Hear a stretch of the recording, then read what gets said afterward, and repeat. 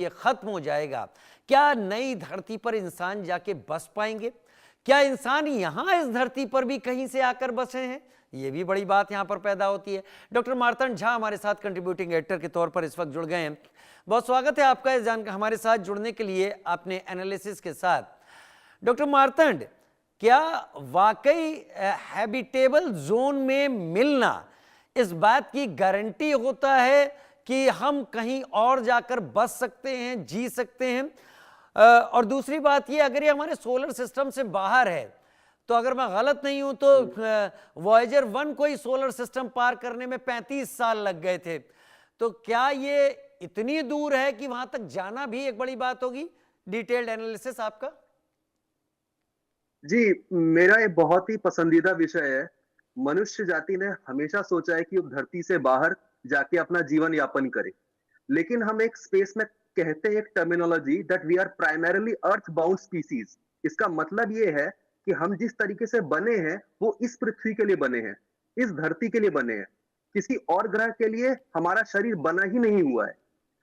हम वैज्ञानिक खोज के लिए दूसरे ग्रहों पर जा सकते हैं, जाते भी हैं, लेकिन इसका मतलब ये नहीं है कि कोई दूसरे ग्रह पर हम जी लेंगे। जहां तक मुझे लगता है मानव जाति अभी वहां तक नहीं पहुंची है कि बिना अरबों खरबों रुपया उसमें फूके आप वहां जी पाए।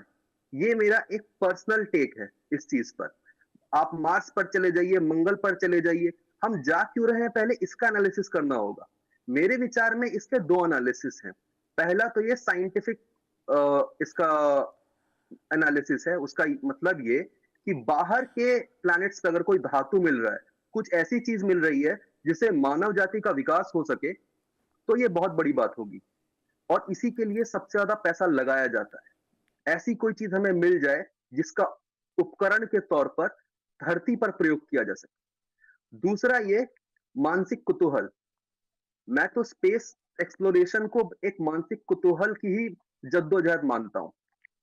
दोनों चीजें जब एक साथ कंबाइंड होती हैं, तब स्पेस प्रोग्राम या जो स्पेस पॉलिसी है, उसको आप एक पूरी अच्छी नजरिए से देखते हैं।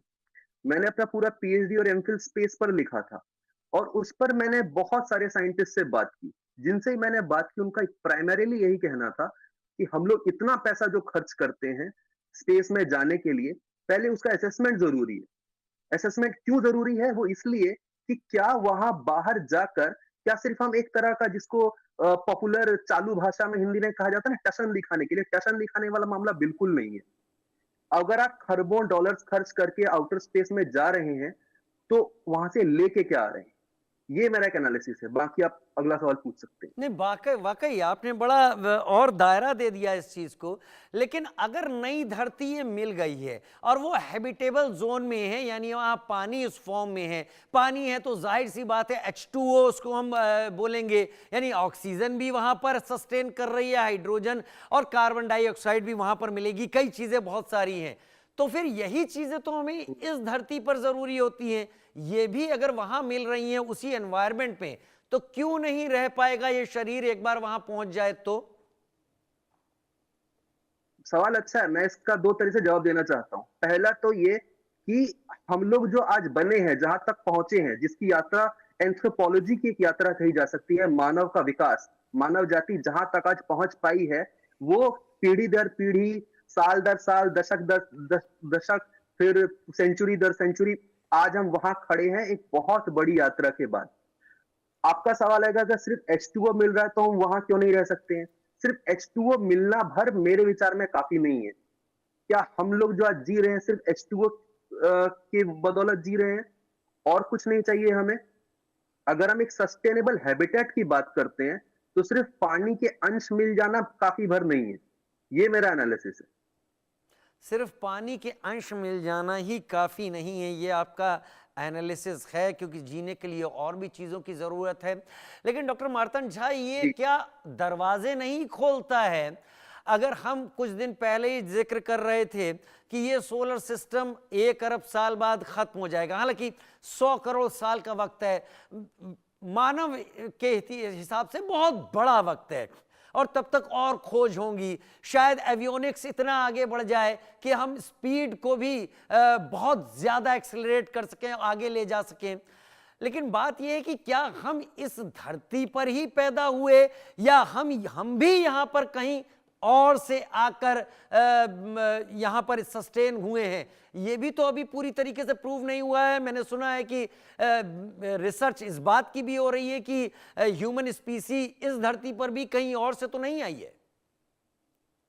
देखिए, मैं फिर वही कहूंगा, इसका एक फिलोसफिकल क्वेश्चन है कि हम लोग जो हैं, हम लोग जो जिंदगी जी रहे हैं, बार बार ये सोचते हैं क्या ये काफी है, क्या इससे आगे कुछ निकला जा सकता है। हम अमीर से अमीर हो जाएं, कितना ही पैसा कमा लें, फिर भी हमें लगता है कि कुछ रह गया है, कुछ कसर रह गई है, और उस कसर को पूरा करने के लिए साइंटिफिक एडवांसमेंट्स में हमारी रुचि, और हमारे जो फोर फादर्स रहे हैं उनकी रुचि हमेशा स्पेस में इसी वजह से रही थी कि देखिए, मैं एक पॉइंट बोलना भूल गया था, मैं बीच में अपनी बात को खुद ही काट रहा हूं, जी। और ये बोलना चाहता हूं कि स्पेस में जाना और वहां पा लेना कि मान लीजिए कोई दूसरी स्पीसीज हो, ये अपने आप में बहुत बड़ा खतरा भी तो हो सकता है।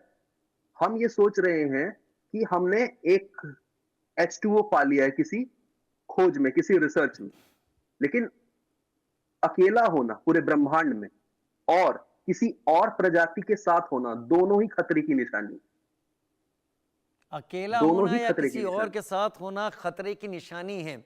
लेकिन ये सोच जी। और ये निष्कर्ष निकालना, ये कितना बड़ा स्टेप है। जाहिर सी बात है साइंटिस्ट अब यहीं पर नहीं रुकने वाले, वो इसके आगे भी जाएंगे, डाटाज और एनालाइज करेंगे। शायद आगे आने वाले दिनों में और बेहतर टेलीस्कोप हो या और बेहतर हमारे पास इक्विपमेंट हो या और बेहतर स्पेसक्राफ्ट हो जिनसे हम और आगे जाकर इस तरह की रिसर्च कर सकें।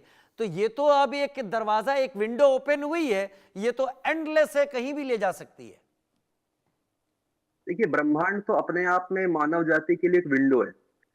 एक फिजिक्स का अगर आप इतिहास देखें तो आप पाएंगे बिग बैंग थ्योरी में क्या हुआ था। जो, अगर आपको याद हो, वो जमाना जब हम ब्लैक एंड व्हाइट टेलीविजन में डिस्टर्ब स्क्रीन देखते थे, जिसमें सफेद स्क्रीन पर काले डॉट्स आते थे।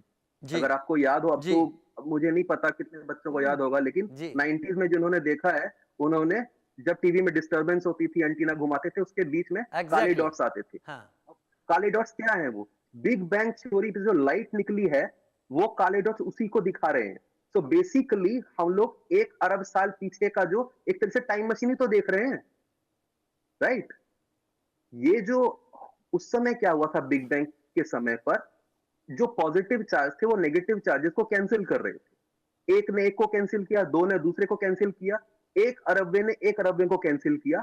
उसके बाद एक अपवाद निकला, मतलब 1 अरब के बाद जो पहला पार्टिकल आया, उसको उसका साथी, उसका पार्टनर नहीं मिला, वाकई। तो बच गया।